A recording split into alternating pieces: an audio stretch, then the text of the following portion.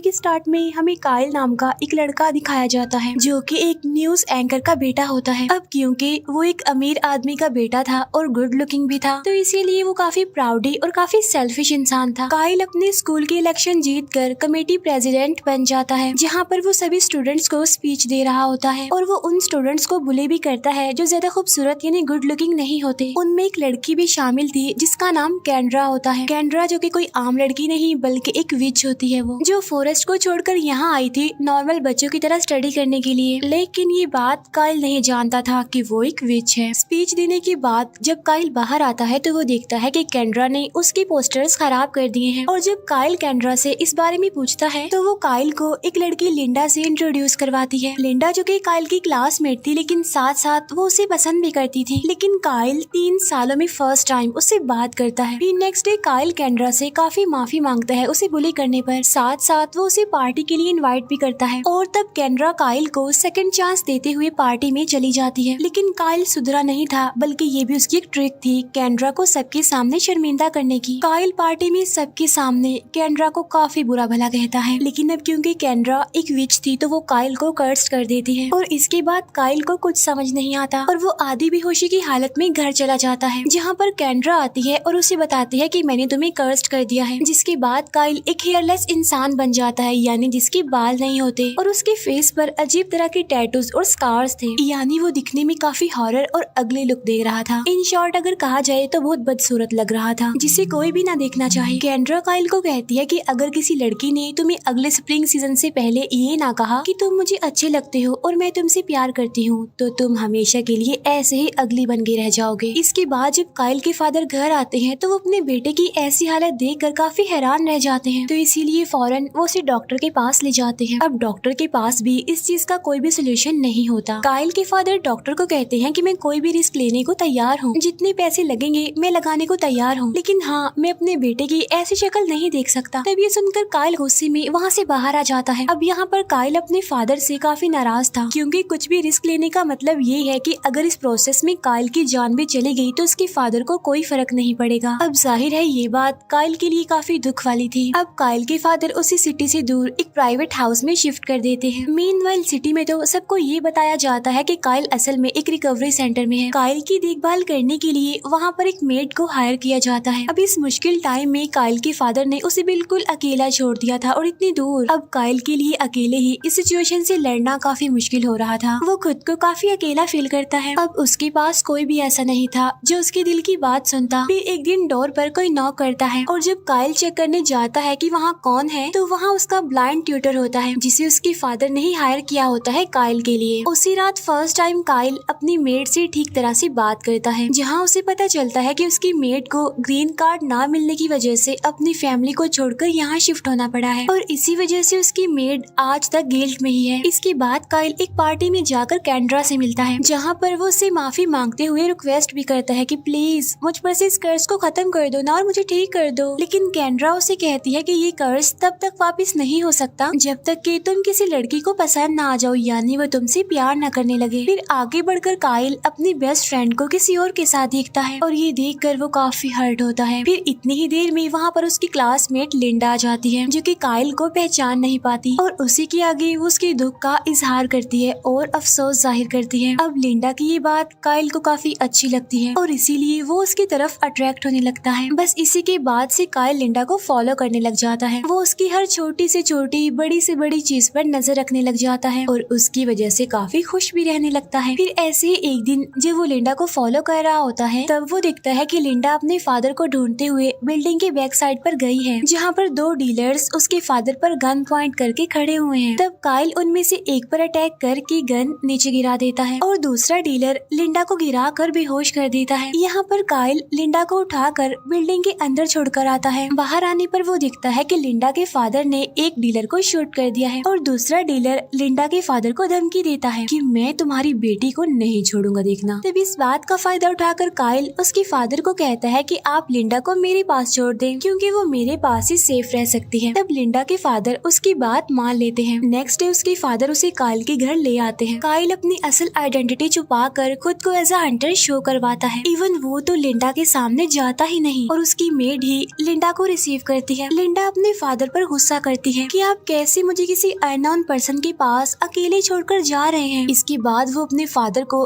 Good bye बोले बगैर ही उन्हें वहाँ से जाने के लिए कहती है। फिर लिंडा काइल को आवाज लगाकर कहती है कि अगर तुमने मेरे करीब आने की जरा सी भी कोशिश की तो मैं तुम्हारा बहुत बुरा हाल करूंगी, देखना। अब यहाँ पर डेफिनेटली वो उससे नफरत करती है। इसके बाद लिंडा खुद को एक रूम में बंद कर लेती है और काइल उसे इम्प्रेस करने में लग जाता है। वो उसके रूम के बाहर एक्सपेंसिव गिफ्ट्स रखने लग जाता है, लेकिन इसका लिंडा पर कोई असर नहीं होता, मींस वो इम्प्रेस नहीं होती। तब ये देखकर काइल की मेड उससे कहती है कि तुम्हें लिंडा को अंडरस्टैंड करने की जरूरत है क्योंकि वो बाकी लड़कियों जैसी बिल्कुल भी नहीं है। तब काइल अपनी मेड की बात मानते हुए लिंडा को जेलिस का एक कार्टन गिफ्ट करता है। साथ साथ वो लिंडा को उसकी फादर की तरफ से पॉजिटिव रहने के लिए कहता है। वो उसे समझाने की भी कोशिश करता है कि ये सब कुछ तुम्हारे फादर ने तुम्हारी बेहतरी के लिए ही किया है, तुम्हारी सेफ्टी के लिए। तभी सुनने के बाद लिंडा थोड़ा काम डाउन हो जाती है, यानी रिलैक्स हो जाती है। साथ साथ वो जेलिस को भी एज अ गिफ्ट एक्सेप्ट कर लेती है। इसके बाद काइल लिंडा के लिए लव लेटर्स लिखना स्टार्ट कर देता है, लेकिन वो इस डर से उसे वो लेटर्स नहीं देता कि कहीं वो रिजेक्ट ना कर दे। इसके बाद काइल लिंडा को और ज्यादा इम्प्रेस करने के लिए खुद ही छत पर ग्रीन हाउस बनाने लग जाता है। अब क्योंकि काइल हमेशा से ही खुद को लिंडा से छुपाता है तो लिंडा को ये बात अच्छी नहीं लगती, उसे इरिटेशन होने लगती है। तब कोई भी रास्ता नजर न आने पर काइल खुद को उसके सामने रिवील कर देता है, लेकिन काइल के लिए शॉकिंग बात ये थी कि लिंडा को उसका फेस बिल्कुल भी अगली नहीं लगता, बल्कि वो कहती है कि मैंने इससे भी कई ज्यादा वियर्ड फेसेस देख रखे हैं और तुम्हारी लुक्स में कोई खराबी नहीं है। तब ये सुनकर काइल के दिल में लिंडा की फीलिंग्स और ज्यादा बढ़ जाती हैं और फाइनली काइल ग्रीन हाउस भी कंप्लीट कर लेता है। और उसके लिए खुशी की बात ये होती है कि लिंडा को ग्रीन हाउस बहुत पसंद आता है। लेकिन मुसीबत की बात तो ये थी कि स्प्रिंग सीजन आने वाला था, लेकिन लिंडा अभी तक उसके लिए वो फीलिंग्स नहीं रखती जो काइल को उस कर्ज से आजाद करवा देगा। तब इस बात से परेशान होकर काइल लिंडा के पास जाता है और वो लिंडा से रिक्वेस्ट करता है कि बेशक तुम कर्ज खत्म मत करो, लेकिन प्लीज मुझे कुछ टाइम और दे दो। लेकिन कैंड्रा इस बात से भी इनकार कर देती है और वो उसके सामने एक ऑफर रखती है कि अगर लिंडा को तुम अच्छे लगने लगे, यानी उसे तुमसे प्यार हो गया, तो तुम्हें ठीक करने के साथ साथ मैं तुम्हारे ट्यूटर की आइज भी वापस दे दूंगी और तो और तुम्हारी मेड को भी ग्रीन कार्ड दिलवा दूंगी। इसके बाद लिंडा